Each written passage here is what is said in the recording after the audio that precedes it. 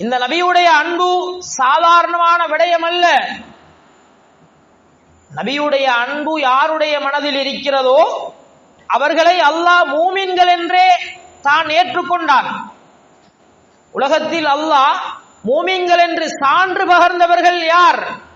நபியோடு அன்பு வைத்திருந்தால் போதும். அல்லாஹ் குர்ஆனில் சொல்கிறான், அந்நபியு அவுலா பில் முஃமினீன மின் அன்ஃபுஸிஹிம். மூமின்களிடம் நபி அவர்களுடைய இடம் என்ன தெரியுமா? அவர்களின் உயிரை விடவும் மேலானவர்கள். என்னுடைய உயிரை விட என்னுடைய நபியை நான் மேலாக மதிக்கிறேன் என்ற உணர்வு இருந்தால் அவர்கள் மூமின்கள் என்ற சான்றிதழை அல்லாஹ் குர்ஆனில் வழங்கிவிட்டார். இந்த அன்பு உலகத்தில் எங்களுக்கு ஈமானிய பட்டத்தை தரும். நாளை மறுமையில் எதை தரும்?